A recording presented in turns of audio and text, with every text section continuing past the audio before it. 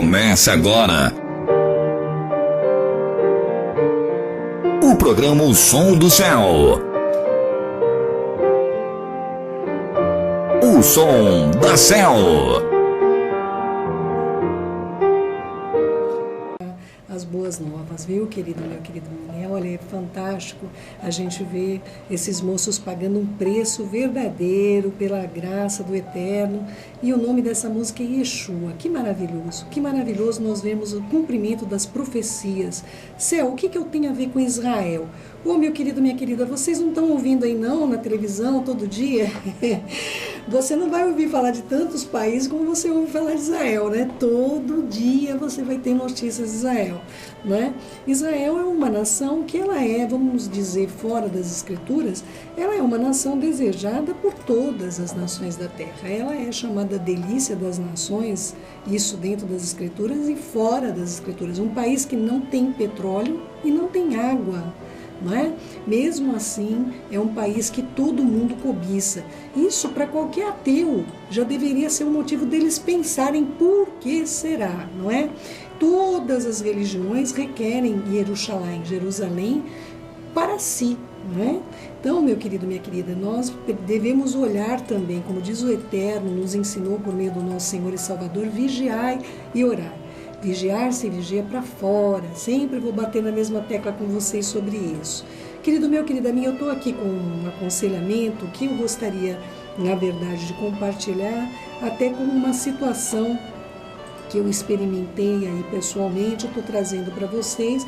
Eu vou compartilhar acerca do você me dizer assim, olha, Céu, eu estou fazendo tudo que o Eterno me mandou e mesmo assim as coisas não estão dando certo. O que está errado comigo? Eu estou fazendo tudo que o Eterno me pediu para fazer, ele pediu para fazer assim, assim, assim, eu estou fazendo e as coisas não estão dando certo na minha vida. Então eu vou perguntar para você se você já leu nas Escrituras que o Todo-Poderoso chamou Moisés, Moshe, o nome dele é Moshe, chamou Moisés para que ele fosse lá retirar o povo de Israel das mãos da escravidão do Egito. Você lembra disso?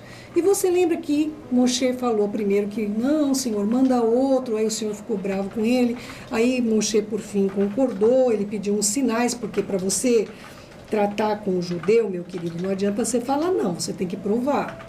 Né? Se você não tem sinal para mostrar, vai ser complicado eles acreditarem, porque todas as vezes que vem alguém dizendo assim diz o Senhor, tem que trazer consigo a prova de que o Senhor está falando. Né? Aí o Senhor deu essas provas, a mão dele ficaria leprosa quando ele colocasse dentro do manto, depois ele colocaria novamente, ela ficaria sã, e uma vara se transformaria em serpente. Esses dois sinais o Senhor deu para Moshe, porque ele falou, Senhor, eles não vão acreditar em mim.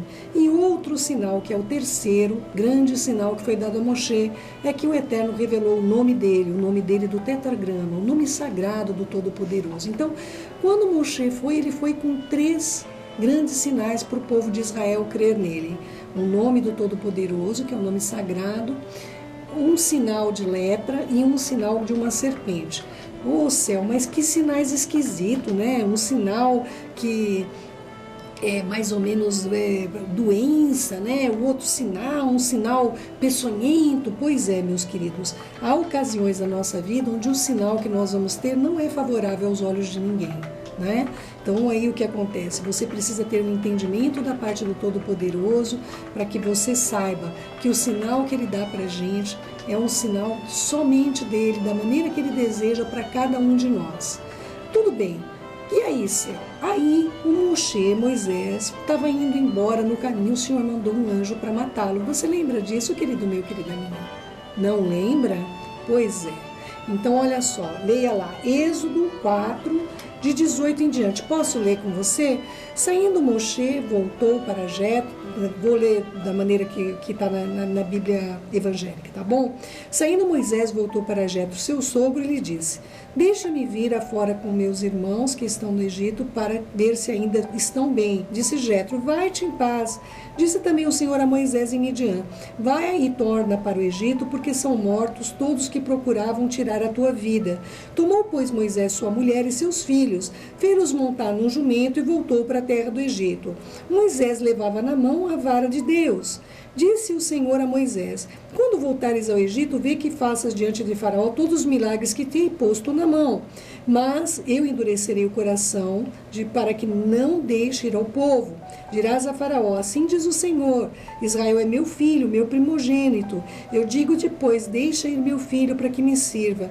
Mas se recusares deixá-los, eis que eu matarei o teu filho, o teu primogênito, né? Lembra que esse castigo quem pediu foi o próprio Egito, tá, queridos? Eles estavam matando os primogênitos primeiro. O Eterno, na mesma medida que você medir, ele vai te medir. Eles assassinavam os primogênitos dos hebreus e a mesma coisa foi o que requereu o maligno. Não foi o Eterno que fez mal. Eles conseguiram legalidade para que fossem destruídos os próprios primogênitos. Tá bom, querido meu, querida minha? Continuando. Estando Moisés aos caminhos, numa estalagem, encontrou o Senhor e o quis matar. Opa, céu, bota os pés no freio agora, vira a direção à direita, à esquerda, o que é isso aí? Peraí, deixa eu entender. Então, Moisés estava indo, levando os sinais, e o Senhor foi lá encontrar com ele para matá-lo. Isto, meu querido, isto, minha querida, isto. Por quê? Porque nós não podemos fazer a obra do Senhor do nosso modo.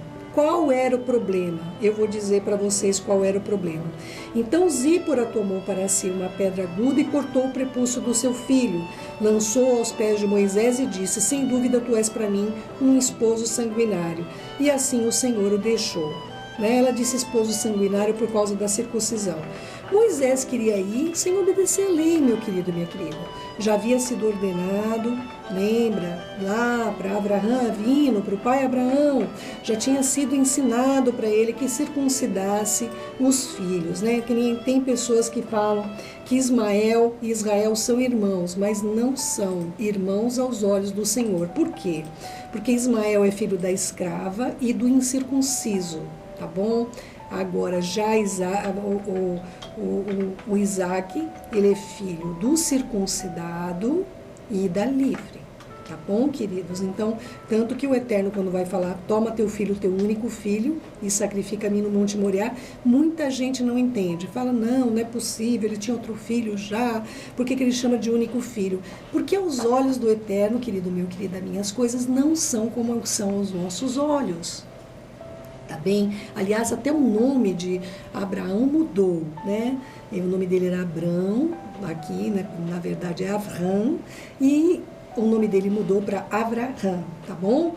O nome de Sara, que era Sarai, e se tornou Sara, né? Então, o que acontece? Não adianta você querer fazer o que o Senhor mandou você fazer do teu jeito. O próprio Senhor vai se levantar para te destruir. Por quê? Porque muitas vidas dependem da tua ministração, daquilo que você vai estar fazendo. As coisas do Eterno não são assim, queridos. Não dá para a gente pegar as coisas do Eterno e querer manusear do nosso próprio jeito. Não dá para você se aproximar do Eterno do teu jeito. Ah, mas eu venho como estou. Eu venho como estou. Isso, você vem como está, mas não fique como está. Tudo bem? Você vem como você está, mas tem que permitir que a Ruach, que o Espírito Santo de Deus, transforme a sua vida. Moisés sabia que ele tinha de circuncidar os filhos e ele não fez isso. O que é que você sabe na sua vida que deve ser removido da sua vida e continua lá, mas você quer continuar servindo ao Senhor, você chora lá na igreja, o louvor está tocando, você está desabando ali. Ah, não é possível que o Senhor não me veja, Ele vê meu coração. Ele vê seu coração e Ele quer que você circuncide seu coração, meu querido, minha querida. Não adianta você querer fazer as coisas do Todo-Poderoso do seu próprio modo. Não é assim, Ele não vai permitir isso. Ele mesmo vai se pôr no teu caminho como opositor. Ele vai se opor. Ah, então eu fui chamado, céu, para o meu ministério, mas eu tenho alguns vícios, meu querido, o Senhor mesmo é que vai te encontrar, aí não vai ser o Rassatã, não, como foi no caso lá das situações que diz no Egito, na tradução original, está escrito que o destruidor foi enviado para o Egito.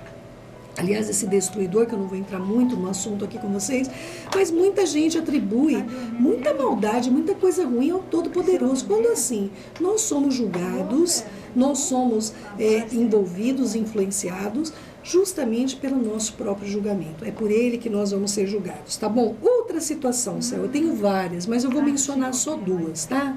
A segunda ocasião, não sei se vocês vão lembrar. Lembra que Davi queria trazer para ele a Arca do Senhor? Como traria a minha arca de Deus? Como é muito interessante, gente, porque muitas pessoas não compreendem o ministério, por exemplo, do rei Saul, que não era rei, ele era príncipe do exército de Israel. Ele nunca foi ungido rei, mas tudo bem. Todo mundo reconhecia como rei, mas ele nunca foi ungido pelo Senhor como rei. Ele seria se ele tivesse obedecido, tá bom? Mas o rei Davi, o Saul teve 40 anos para trazer a arca. Ele nunca se preocupou com isso. Você nunca pensou nisso? Saul estava 40 anos ali no trono de Israel, mas ele nunca pensou em trazer a arca, ele não tinha o coração. Davi mal entra na cidade de Jerusalém e a primeira coisa que ele quer é trazer a arca do Senhor. Tudo bem? E aí o que ele faz? Ele quer fazer do mesmo jeito do mundo, gente. Como é que os filisteus tinham levado a arca? No lombo de boi. Davi quer trazer também no lombo de boi, então ele mandou lá uma limusine da última, o ó do forrobodó, como diz meus filhos, né? Mandou lá o melhor que ele tinha lá, né, para trazer a arca do Senhor, para trazer as coisas do Senhor do jeitinho dele, né? Com fogos de artifícios, né? Foi com banda, com tudo. O que aconteceu? Na hora que estavam transportando a arca, o boi tropeçou, a arca ia cair no chão. Uzá colocou a mão na arca e morreu fulminado na hora. Davi ficou arrasado, porque por causa dele fazer as coisas erradas, Céu, mas como é que ele fez as coisas erradas? Olha o que você está me dizendo, Céu. O rei Saul, você acabou de falar, ficou 40 anos lá, nunca nem pensou na arca. Davi chegou, está pensando nas coisas do Senhor. Está pensando nas coisas do Senhor sem reverência, querido meu, querida minha. Gente, com o Senhor não é assim de qualquer maneira, gente. Pelo amor do Todo-Poderoso, eu não sei de que maneira, só Ele pode ministrar o coração de vocês o que é servi-lo. Gente, muita gente está aí dizendo que está servindo ao Todo-Poderoso, mas não está. Não tem reverência, não lhe dá glória devida ao seu nome. Inclusive, nós vamos essa semana estudar sobre louvor e adoração. Queridos, nós precisamos ter compreensão de como servir ao Senhor. As coisas dele têm que ser feitas do jeito dele, não é do nosso. Gente, você não tem que ir no culto para sentir. Você está indo lá prestar culto ou você está recebendo culto? Entende? Você não tem que ir lá porque, eu estou sentindo. Está sentindo o quê? Você está gripado, está com febre, você está sentindo o quê? Você tem que estar consciente, louvando ao Todo-Poderoso, claro. Eu mesmo, se vocês estiverem lá na Beit comigo, vocês vão falar, Selma, você chora mais do que parece ter uma bica aí. Sim, a presença do Senhor é muito forte. Claro que eu me derramo na presença dele. Mas tem dias que eu posso estar ali na Beit e eu não estou chorando como nos outros dias, e a presença do Senhor também está sobre mim. O culto não é para mim, o culto é para Ele. Ele tem de ser louvado, engrandecido, adorado, acima de todas as palavras que possam ser expressas nessa terra. Entende, querido meu, querida minha? Então, o que acontece? É importante que você compreenda. Davi foi lá e era para trazer a arca o quê? No lombo de boi? Não me importa que na época era limusine, 0 quilômetros, né? Não era assim que o Senhor queria ser adorado, nem exaltado. A glória dele só vai sobre os ombros dos levitas, naquela ocasião, hoje está sobre nossos ombros, sobre todo aquele que aceitou o Senhor Yeshua e nasceu de novo. Então, querido meu, querida minha, a arca, a glória do Todo-Poderoso, ela não é para ser carregada por bois, ela é para ser carregada por nós. Davi foi lá, buscou a lei, ele não sabia com entendimento tudo isso, uma morte aconteceu, e hoje quantas mortes estão acontecendo porque as pessoas não têm reverência ao nome do Todo-Poderoso, não é? Então, 2 Samuel, a partir do capítulo 6, do versículo 1, você vai ler a história de Davi, essa tragédia com a morte de Uzá. Uzá também tem uma história grande, porque Uzá e Aiô, que estavam lá carregando juntamente a arca ali, eles eram irmãos da pessoa que ficou responsável de cuidar da arca na casa de Obed-edom. Então é como tipo assim, escolheram a Eliezer, mas não escolheram a mim e ao meu irmão. Então agora nós vamos carregar na arca. Também tem todas essas situações que vocês precisam compreender, buscar nas escrituras as referências, para você compreender também que Uzá não era inocente. Ele sabia que não poderia carregar a arca daquela maneira, tá bom, meus queridos? E aí o que acontece? Davi finalmente resolve trazer a arca do Senhor de maneira correta. Vocês vão ler isso a partir do versículo 12. E aí, qual sucedeu que quando eles levavam a arca do Senhor, dava 6 passos, sacrificava-se bois, carneiros cevados, e aí Davi dançava com todas as suas forças diante do Senhor e estava cingido de uma estola sacerdotal de linho. Então, Davi aprendeu dolorosamente, perdendo vidas, uma vida na verdade. Você não precisa disso. Você pode compreender que você tem de servir ao Senhor do modo dele, como você tem à disposição as escrituras na tua mão, tá bom? Você pode compreender de que maneira que o Eterno quer ser servido, e eu estou aqui todos os dias procurando te orientar de que o Eterno tem um modo de ser servido que ele escolheu e que está prescrito nas escrituras. Você, para servi-lo, você tem de ter pensamentos que glorifiquem o nome dele, tudo que é bom, tudo que é santo, tudo que é puro. Você tem de ter tempo de oração com ele, você tem tempo de louvor para com ele, você não pode murmurar. O Eterno não caminha com murmuradores, querido meu, querida minha. O Eterno não caminha com murmuradores, não é? Então assim, você precisa se contentar com o que você tem, não é? Tendo que comer e o que beber e o que vestir, estejamos felizes. Eu estou todos os dias aqui. E você não precisa se endividar comprando um monte de presente em datas pagãs aí, né? Para depois você chorar o ano inteiro na presença dele. Me ajuda a pagar o presente que a pessoa que você deu nem vai lembrar que você deu. Sabe, querido meu, querida minha? Algumas pessoas que vieram para o nosso convívio e que aprenderam, foram ensinadas, porque eles falavam, como é que nós vamos fazer, né? Nós no final do ano sempre dávamos presentes e agora nós não vamos querer participar dessa festa. E aí eu disse para eles assim, falei, olha, vocês digam que vocês estão com problemas econômicos e não é mentira. Não é mentira. Se você não, que ainda assim você se sente mal, faça um artesanato, faça alguma coisa com as suas mãos, né? Mas não dê porque é o final de ano, dê porque você ama as pessoas, né? Então, queridos, essas coisas vão tirar vocês das dívidas, vão ensinar vocês o caminho correto, e a servir ao Senhor, glorificar o nome dele. Quanta coisa supérflua a gente compra para que os outros nos vejam, e como nós deixamos de ver o que é valioso para que o Senhor nos veja. Então eu estou aqui todos os dias, dedicando minha vida e esperando de todo o coração que vocês possam compreender isso. Tá bom, meus queridos? Olha só, eu quero o versículo céu. Onde é que está o versículo que era o irmão de Uzá e Aiô que cuidava da arca? Olha, 1 Samuel 7, versículo 1. Então vieram os homens de Criate-Jarim e levaram a arca do Senhor à casa de Abinadab, no outeiro, e consagraram a Eleazar, seu filho, para que guardasse a arca do Senhor, tá bom?